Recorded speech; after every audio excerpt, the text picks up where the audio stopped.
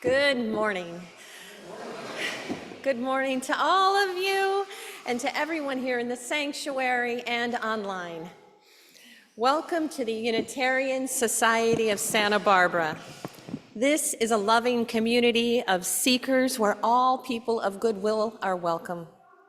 In this community, we strive to live with integrity, nurture wonder, and inspire the actions that will transform us and the world. I'm Carolyn Bierke, and I'm delighted to be serving the Unitarian Society as the intern minister. Lead minister Reverend Julia Hamilton is out of the pulpit today and joining us in the congregation. For this morning's service, I'm honored to be here today with worship associate Ellen Brody, music director Matthew Grissett, Chuck Flax for the Time of All Ages, pianist Heather Levin, and Angie Swanson-Kirioko, who is engaging with our online attendees. I would like to extend a very warm welcome to any visitors or guests joining us for the first time. We would like to get to know you and welcome you into this community. On the second Sunday of every month, we have a casual newcomer orientation across the courtyard in the front office. You can also visit the welcome table in the courtyard or join the online coffee hour. There is a link to a connection card online and one in the order of service that you can fill out and drop in a collection plate when it goes around. We're so glad that you are here. We have a lot going on beyond our Sunday service, and a couple things that I want to highlight. April is Volunteer Appreciation Month. We are so grateful to all of those people who have volunteered their time, talent, and skills at USSB. Whether you have helped set up for events, led groups, or simply lent a hand, your efforts don't go unnoticed. If you are currently volunteering or have in the past, I invite you to raise your hand so that we can thank you. And for those joining on Zoom, please raise your hand too. Let's give them a round of applause. Woo. Thank you for your service and commitment. It does not go unnoticed, and it makes a huge difference in the life of this church. And I hear there may be donut holes for you at coffee hour after church. That'll motivate you to become a volunteer, huh? The Congregational Passover Seder will be held on April 27th at 5 p.m. This will be a beautiful time to be together for a community celebration of freedom, tolerance, and the coming of spring. Please RSVP by April 24th, and you can sign up during coffee hour or on Realm. And now I invite Anna DiStefano up for an announcement from the Vision Committee.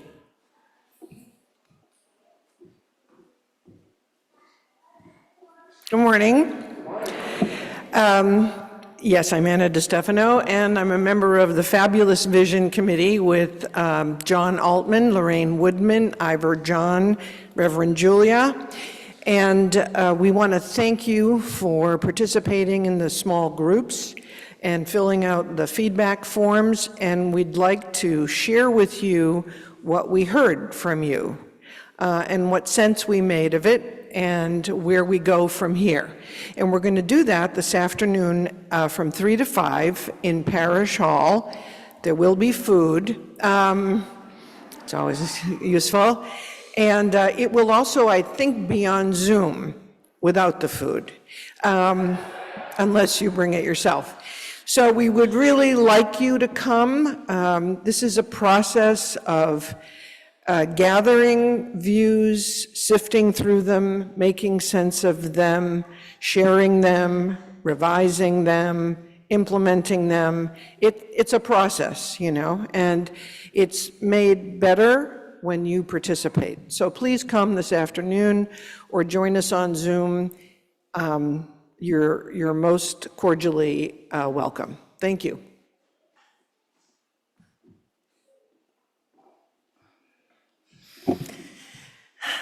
And now, please settle into your spot, take a deep breath, and a moment to fully arrive in this sacred space.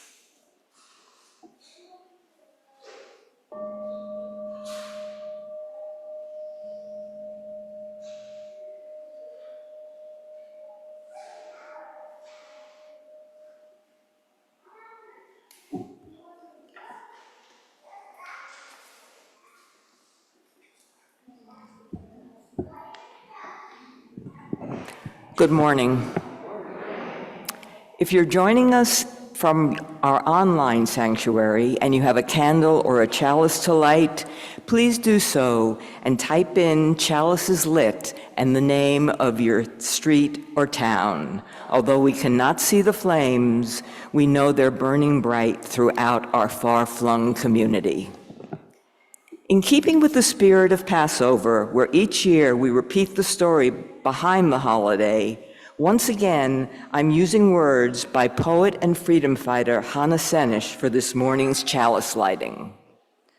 Born in Hungary, Hannah Senesh emigrated to the British Mandate of Palestine in 1943, where she enlisted in the British Women's Auxiliary Air Force and was subsequently recruited into the Special Operations Executive, the SOE. The following year, Senesh and other members of the SOE parachuted into Yugoslavia with the goal of reaching the Hungarian border to rescue Jews slated for deportation to the death camps at Auschwitz-Birkenau. Captured at the border, Senesh was tried for treason in a Hungarian court, found guilty, and executed on November 7th, 1944. These words come from the last poem she wrote. Blessed is the match consumed in kindling flame. Blessed is the flame that burns in the secret fastness of the heart. Blessed is the heart for the strength to stop its beating for honor's sake. Blessed is the match consumed in kindling flame. Hannah Senesh, may her memory be a blessing and an inspiration, was 23 years old when she was executed.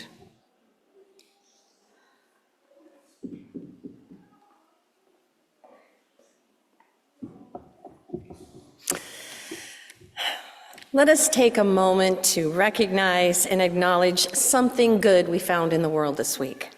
This practice is a time to lift up things that have happened in midst of all of the goings-on. I invite you to think of something that you have seen or heard this week that you would consider a good thing. If you are online and want to share it, you can post it in the chat. And if you are here in person, you can share it at coffee hour. It is a sure way to start a good conversation. I want to lift up a bit of good news. In a historic first-of-its-kind agreement, the government of British Columbia has acknowledged the Aboriginal ownership of 200 islands off the west coast of Canada.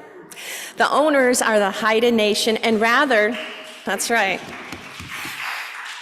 And rather than the Canadian government giving something to the First Nation, the agreement admits that the islands at the end of the world always belong to them, a subtle yet powerful difference in the wording of the First Nations negotiations.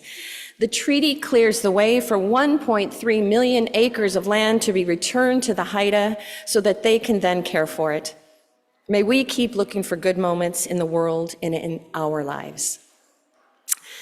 Now please join me in our opening hymn, hymn number 104, When Israel Was in Egypt's Land. Please rise in body or spirit.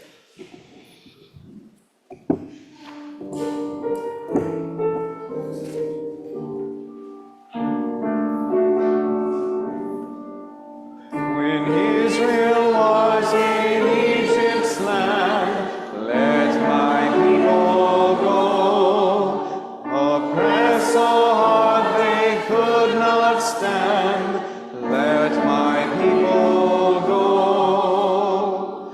Go down, Moses, way down in Egypt's land. Tell old Pharaoh to let my people go.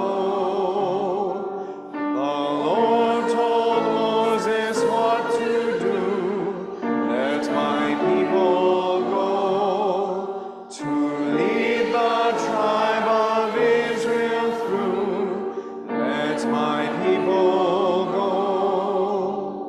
Go down, Moses, way down in Egypt's land. Tell old Pharaoh to let my people go. For you the cloud shall clear the way. Let my people go. A fire by night, a shade by day. Let my people go. Go down, Moses, way down in Egypt's land. Tell old Pharaoh to let my people go. We need not always weep and moan. Let my people go. And where these slavery chains forlorn, let my people go. Go down, Moses, way down in Egypt's land. Tell old Pharaoh to let my people go.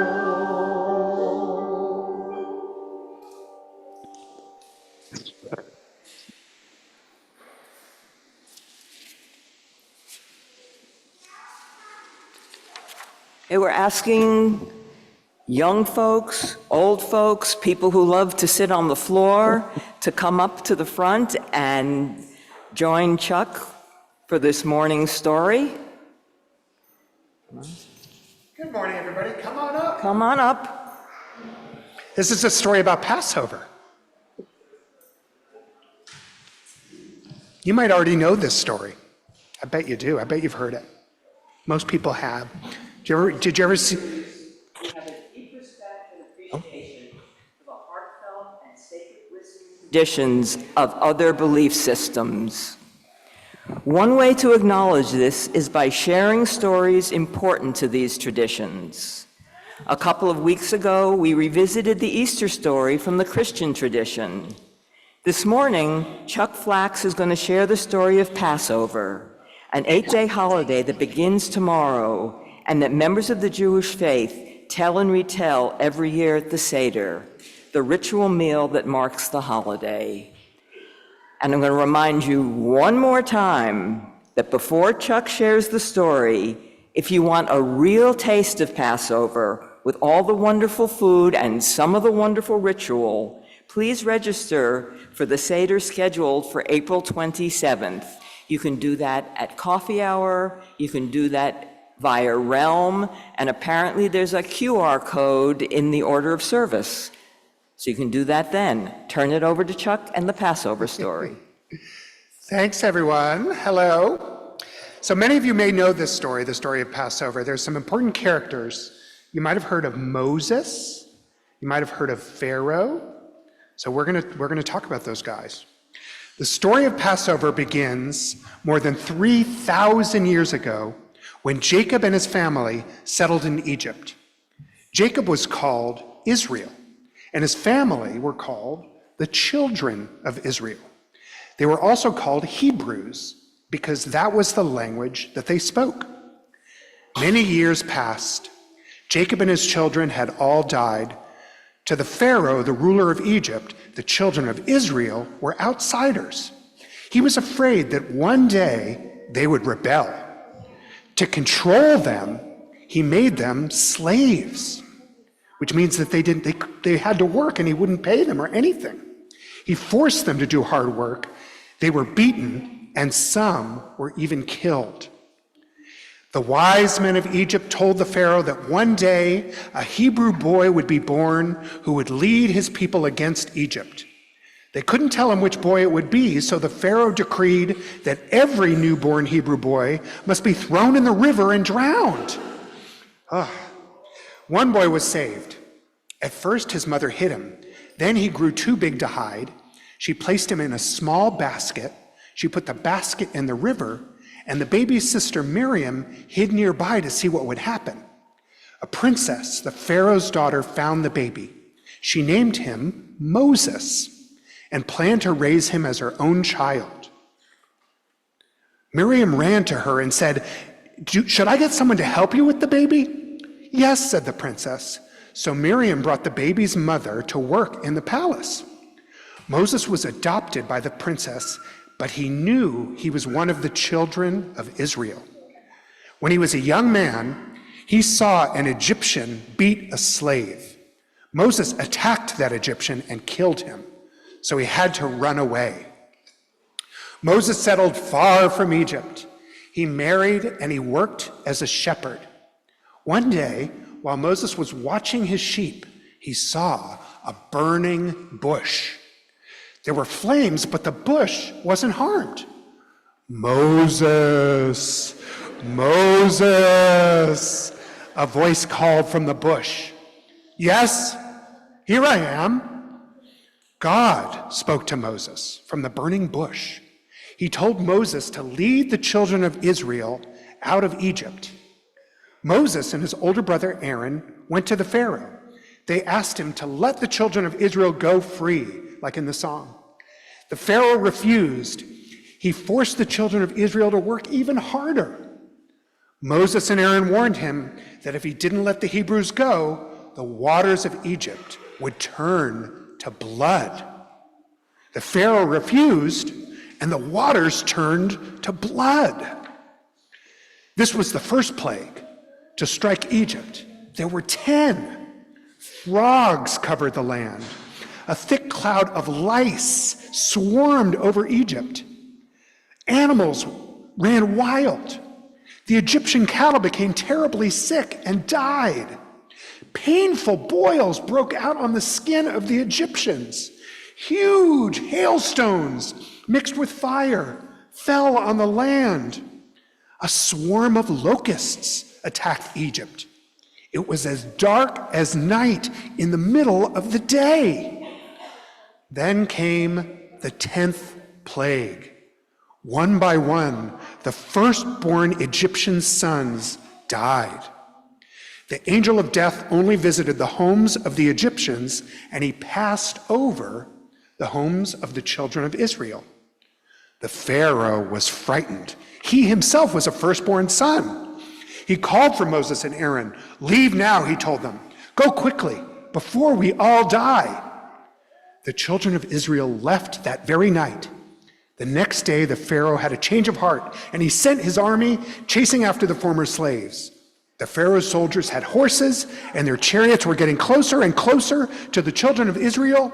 The Red Sea was in front of them. The soldiers were behind them. They seemed trapped. God told Moses to lift his stick and to spread his hands over the sea, and Moses did. And the sea was divided. The children of Israel walked through the sea on dry land.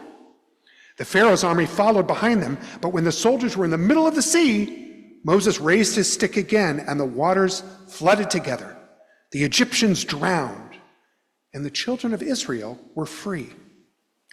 On Passover, Jewish people all over the world celebrate their freedom from slavery and their beginnings as a great people. And that's our story for Passover. Now we'll sing you all out.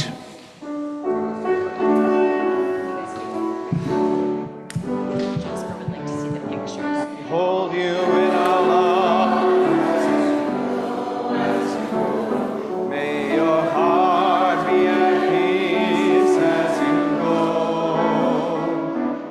to nurture the spark of your passion.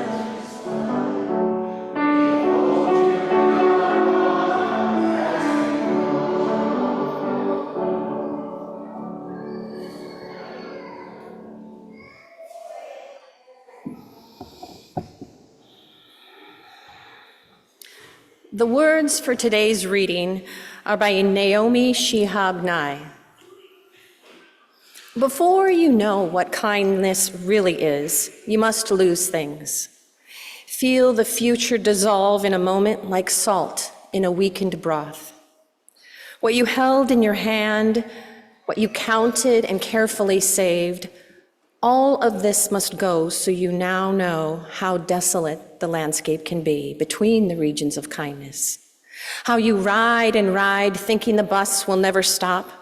The passengers eating maize and chicken will stare out the window forever.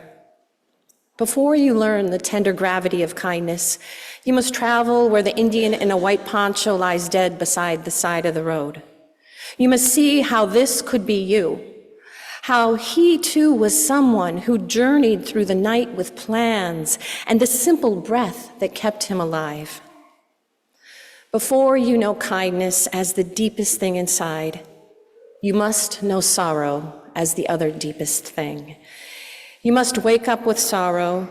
You must speak to it till your voice catches the thread of all sorrows and you see the size of the cloth. Then it is only kindness that makes sense anymore, only kindness that ties your shoes and sends you out into the day to mail letters and purchase bread. Only kindness that raises its head from the world, from the crowd of the world to say, "It is I that you have been looking for," and then goes with you everywhere, like a shadow or a friend. We're going to take some time to practice loving kindness, first in meditation, and then as we sing hymn 1031, filled with loving kindness. So find a comfortable place in your body. Maybe feel your feet on the earth. Close your eyes or not, and take a few deep breaths. Bring your attention to your heart. Just be with it. Notice if it is settled or unsettled, hurting or peaceful. There is nothing to change, just be. Offer your heart compassion and gratitude with the words, "May you be safe. May you be healthy. May you be whole."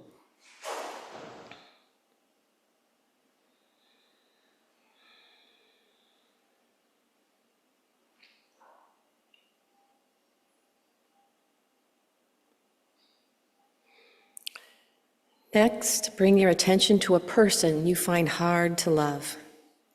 Imagine them as a child. Offer them a gift. May they be safe. May they be healthy. and may they live with ease.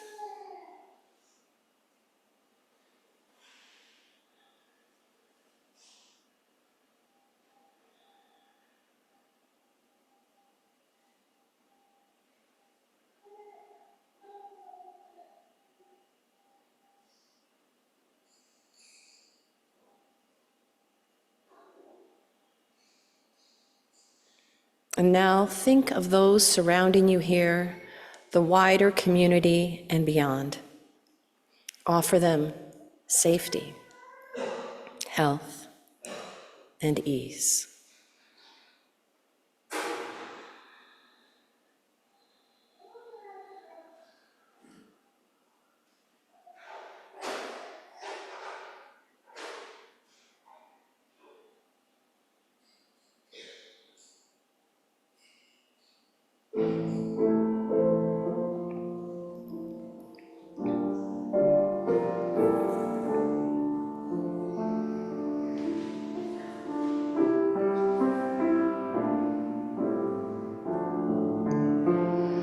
May I be filled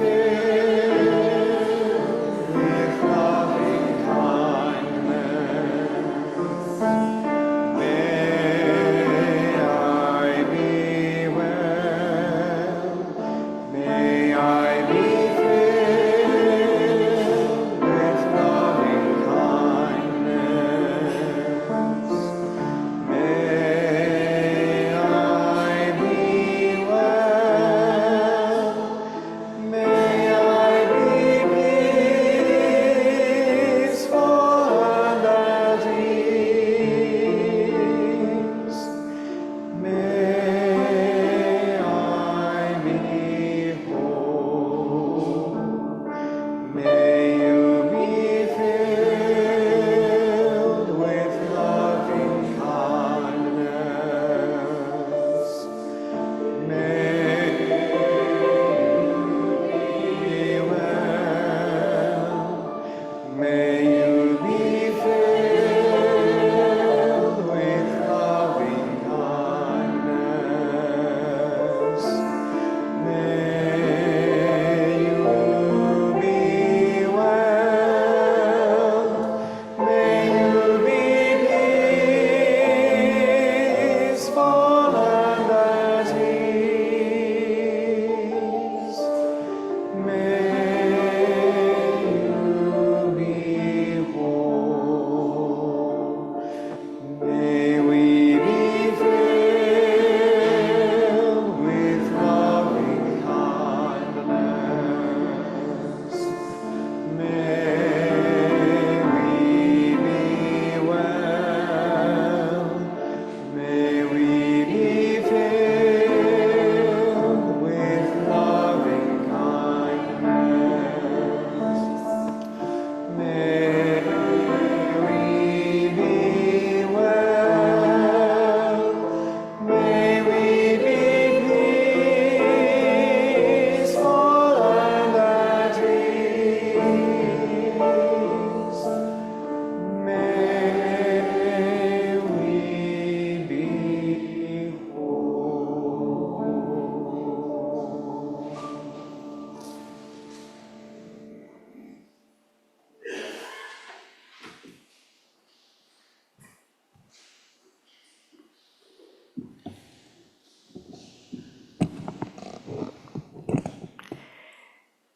In previous years, I've had the honor of standing before you to speak about Passover, my absolute favorite of the numerous holidays that dot the Jewish calendar. In what now seems like golden olden days, I would share stories from my childhood about relishing communal gatherings, avoiding the front door to avoid Uncle Jake's constant cheek pinching, the challenges of staying awake through the lengthy ritual that accompanied the Seder meal in my grandparents' conservative Jewish household, and the guilty pleasure of being a kid trying to hold back giggles as the adults became tipsier and tipsier as the evening wore on. This is an encouragement for you to come to the Seder, okay?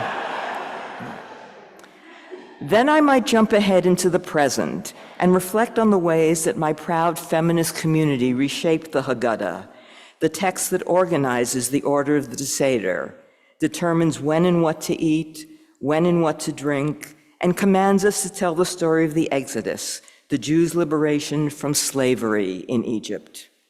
Unlike Orthodox Jews, for whom the Haggadah is a sacred text that must not be altered or changed, versions used at Reform and Reconstructionist Seder tables can differ widely.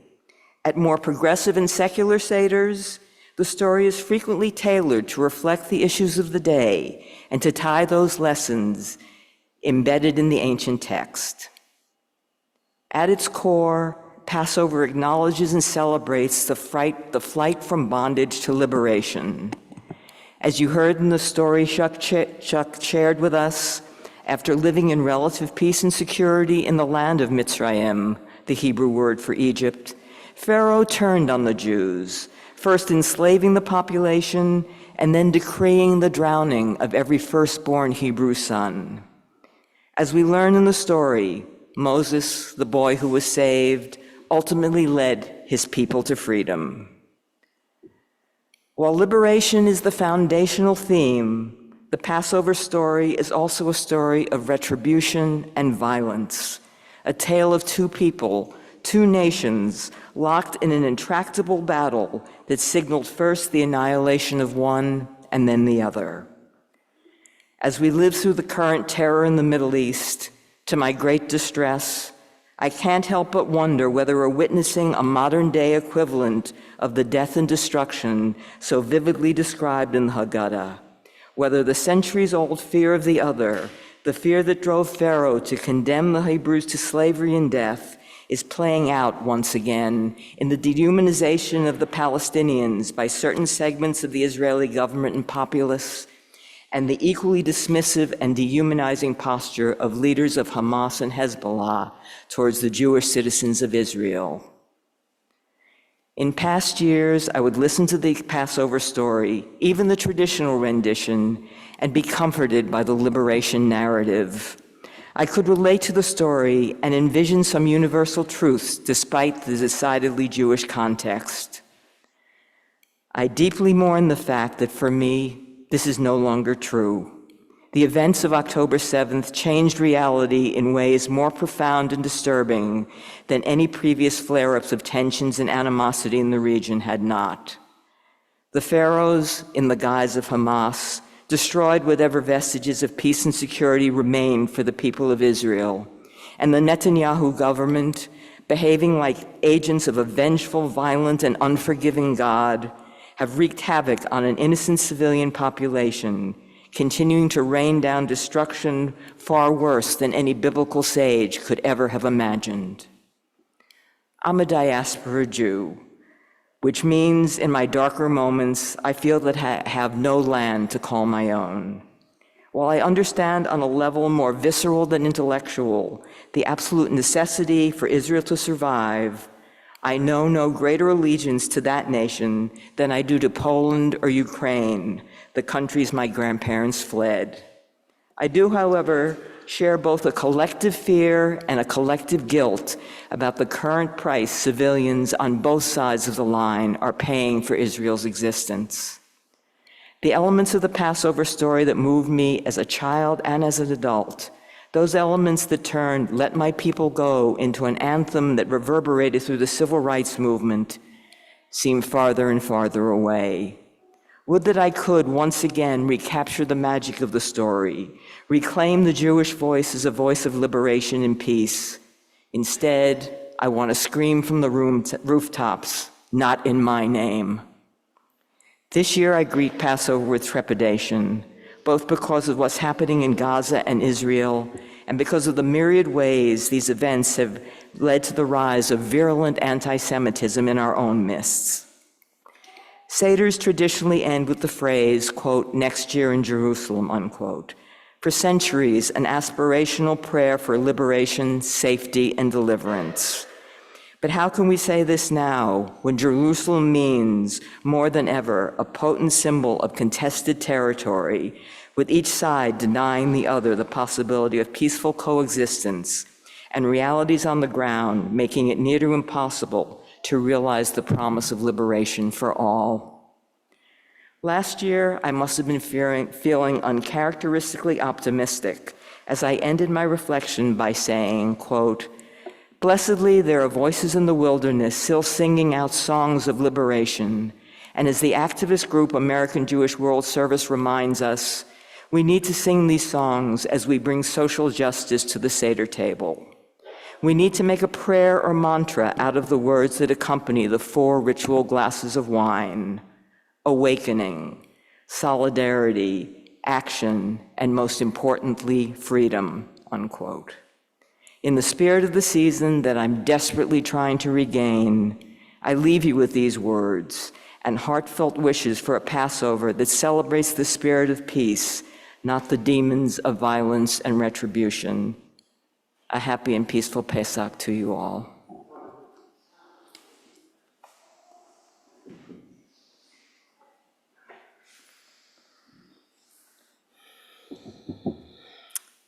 Each month, the Unitarian Society of Santa Barbara partners with an organization to be the recipient of our outreach offering. This month goes to the Wilderness Youth Project. Please join me now in saying our affirmation of gratitude and giving. Let us be grateful when we are able to give, for many do not have that privilege. Let us be grateful for those who share their gifts with us, for we are enriched by their giving. And let us be grateful even for our needs, so that we may learn from the generosity of others.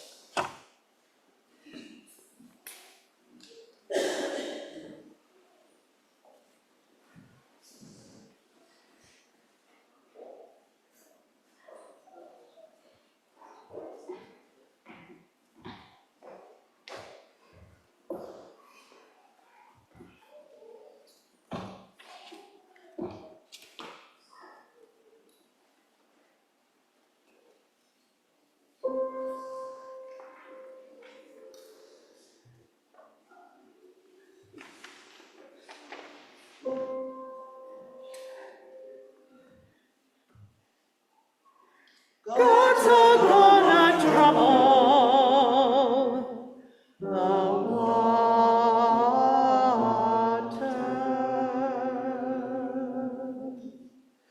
Wade in the water, wade in the water, wade in the water, wade in the water, wade in the water, wade in the water, wade in the water, water children, wade in the water, wade in the water, 'cause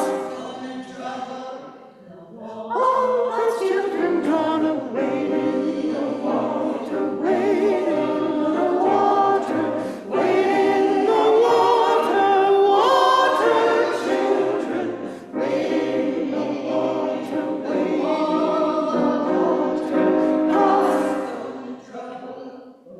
all God's children gonna wade in God's gonna trouble the water.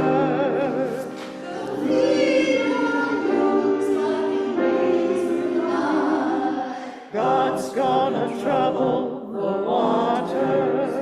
Wade in the water, wade in the water, wade in the water, water children, wade in the water, wade in the water, 'cause all God's children gonna wade in the water, wade in the water, wade in the water, water children, wade in the water, wade in the water, 'cause all God's children gonna wade in. God's gonna trouble the water.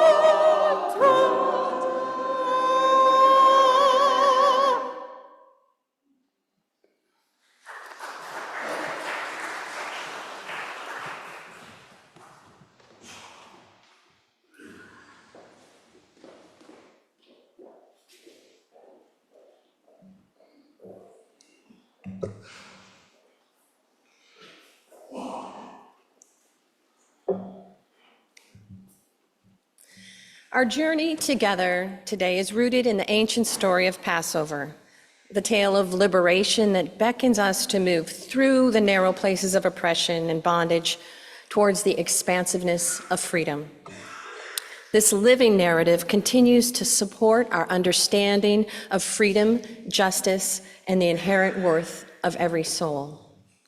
The story becomes a metaphor with a timeless message, a call to confront the forces of oppression in our own lives and in the world around us. The Passover Seder next week will be a rich opportunity to be a part of this community and tradition. If you've never attended one, maybe this is your chance to experience this sacred celebration. As you heard in the Time for All Ages, the Israelites found themselves ensnared in the grip of oppression, their cries for liberation echoing through the corridors of time. Their journey to freedom is fraught with challenges. As they stand at the Red Sea, pursued by Pharaoh's army, their faith is tested.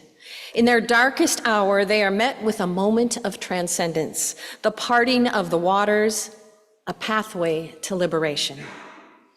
Engage with that story, and we might find more meaning for our lives in the wider world. Is the story true? Does it matter? Either way, we can enter into the story and see what it discloses for us at this moment. Maybe it will remind you of something you already know. I invite you to reflect with me and take what is helpful to you. In Hebrew, the word for Egypt is Mitzrayim. But it is more than just a geographical location. It has another meaning. Mitzrayim also means narrow. It carries the symbolism of the narrow places in our lives, the constraints, the limitations that confine us, whether they be physical, spiritual, or emotional. The Passover story is not only about one people's liberation from slavery to freedom. It is also about the process that all human beings must pass through in order to be truly free. Where are those sources of constriction in our lives? Are there blind spots or areas of conflict that make it hard to extend compassion and kindness to ourselves and others? One of the invitations of Passover is to recognize our own Mitzrayim and to embark on that journey towards liberation. The story calls us to move through the narrow places of oppression towards the promised land. We see Mitzrayim manifested in various forms in our world, in systemic racism, in structures of patriarchy that diminish the voices of women and gender minorities, and in the cycles of poverty that trap many communities in despair. This is a journey of courage, resilience, and a steadfast commitment to justice. It requires that we confront the forces of oppression in all their forms and strive to create a world where all are free to flourish and thrive. Another narrative in the Passover story is the role of community. It emphasizes the collective journey towards liberation. The Israelites did not achieve freedom as isolated individuals, but as a community united in their pursuit of justice and dignity. Their solidarity served as a source of strength and resilience and guided them through the darkest of times. Our recognition of our personal Mitzrayim enables us to empathize with others who face similar struggles. It can help foster roots of empathy and solidarity to support collective change and freedom. Liberation is not achieved in isolation. In order to support all who long for freedom, we must identify the intersecting systems of oppression and hatred and uplift marginalized voices and experiences. Recognizing the seemingly endless cycles of conflict and violence can resonate with Recognizing the seemingly endless cycles of conflict and violence can resonate with broader moral and ethical struggles. As we navigate these challenges, we are called to seek creative and compassionate responses, even when the path forward seems uncertain. I want to share a poem about an 8-year-old girl written by a Palestinian. His name is Fadi Joua, mimesis. My daughter wouldn't hurt a spider that had nested between her bicycle handles for 2 weeks. She waited until it left on its own accord. If you tear down the web, I said, it will simply know this isn't a place to call home, and you'd get to go biking. She said, that's how others become refugees, isn't it? This simple and tender poem reminds us of the interconnectedness of our actions and the impact they have on others in community. How do we find ways to extend refuge and hope in a situation that looks hopeless? A marriage at a dead end, incurable illness, events that guarantee that life will never be as it was. And in situations where there is a seemingly endless cycle of violence, power, and hatred. It's happening today in the fighting and oppression of Sudan, Ukraine, Myanmar, and Gaza. Lands scarred by the wounds of war, where the cries of the oppressed and the whispers of hope can barely be heard. As we gather here today, we hold in our hearts all who suffer under the weight of violence and injustice, and we commit ourselves to the work of peace and reconciliation. Does the refuge we create help those that are suffering? First, let us reflect on those places we find individual refuge. We all seek to find it somewhere. There may be inner or outer refuge, food, shelter, a place to sleep, or a place where we are open enough to see beauty. Where are those places where your heart is safe? Feel free to write one in the chat if you're online. Nature immediately comes to my mind. That is my favorite. A mountain lake or a field of wildflowers, the arms of a loved one, a dandelion. It could be the sacred spaces built by people. I have walked into some spaces of faith, whether it's a temple, a cathedral, or a mosque, and felt in that space sacredness and shelter. Then there is that collective refuge. Even when we are far from conflict, living our own lives, we are creating collective refuge. The kindness that we use with others may create refuge that we can't even imagine towards our children and others' children. This collective refuge that we can create is powerful. It is laying the ground for peace and change, and the ripples may reach much further than we know. One way that we may be able to see the light at the end of the seemingly endless tunnel of violence and war is through acts of kindness that we do for each other. That is challenging. The poet Rumi wrote, "Moses and Pharaoh are both within you." You need to look for these two adversaries within yourself. How do we look into the eyes of those that we are afraid of and really see them? How do we treat them with love in the same way that we treat those that think like we do? Israeli thinker Yuval Harari says, "Most Israelis are psychologically incapable at this moment of empathizing with the Palestinians. The mind is filled to the brim with our own pain, and no space is left to even acknowledge the pain of others. Most Palestinians are in a similar situation. Their minds, too, are so filled with pain, they cannot see our pain.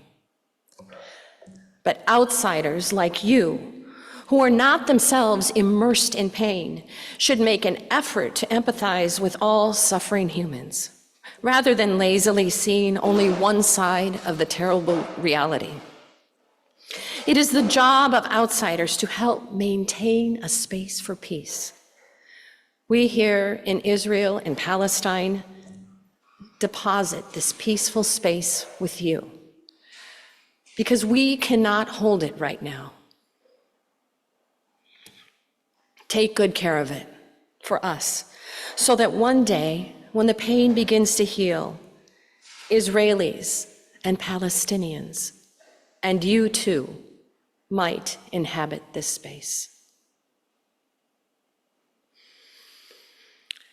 As a congregation, embracing Harari's insight means recognizing our capacity to create sanctuaries of empathy and dialogue.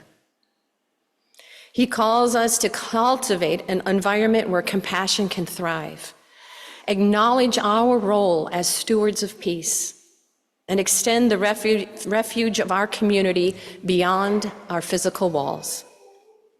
In these ways, we can contribute to the collective effort to sow seeds of healing and transformation in a world where so many are desperate for understanding and peace. This journey begins with awareness both for ourselves, within ourselves, and in the world around us. It requires us to listen to other voices, to bear witness to their stories, and to stand in solidarity with their struggles. Harari's words also remind us of the interconnectedness of our individual actions and the collective pursuit of peace. Each act of empathy and compassion contributes to this. Each time we extend a hand in kindness, each time we choose understanding over judgment, we are actively participating in the creation of a more compassionate world. In the words of Jack Kornfield, it's not your job to fix the world or stop all the wars.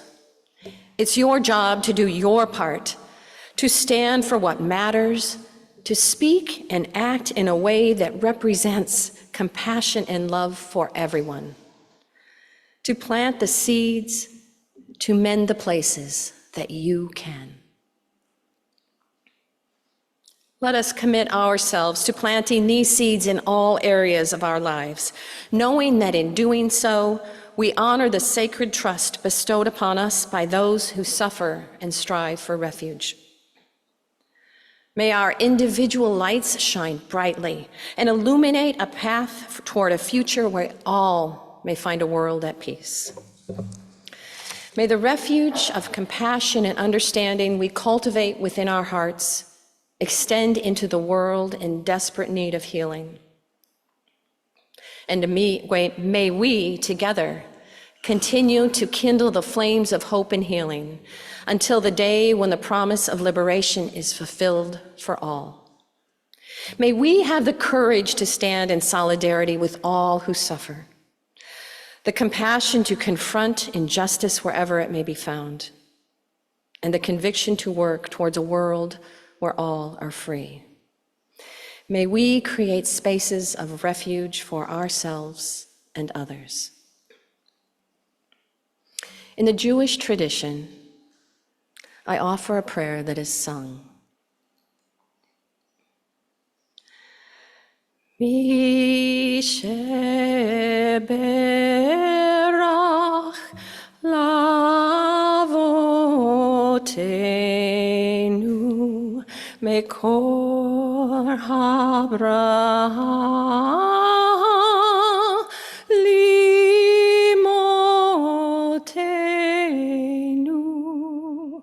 May the source of strength, who bless the ones before us, Help us find the courage to make our lives a blessing, and let us say, Amen.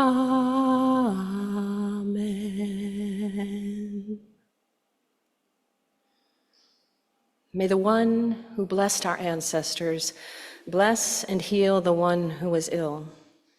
May the source of strength who blessed the ones before us help us find the courage to make our lives a blessing. And let us say, Amen.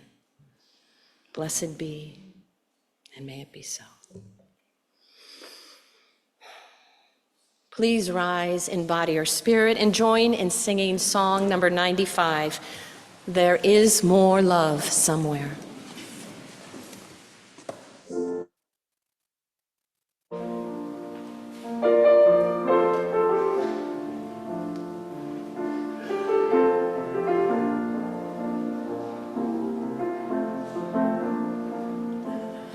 There is more love somewhere. There is more love somewhere. I'm gonna keep on till I find it. There is more love somewhere. There is more hope somewhere. There is more hope somewhere. I'm gonna keep on till I find it. There is more hope somewhere. There is more peace somewhere. There is more peace somewhere. I'm gonna keep on till I find it. There is more peace somewhere. There is more joy somewhere. There is more joy somewhere. I'm gonna keep on till I find it. There is more joy somewhere.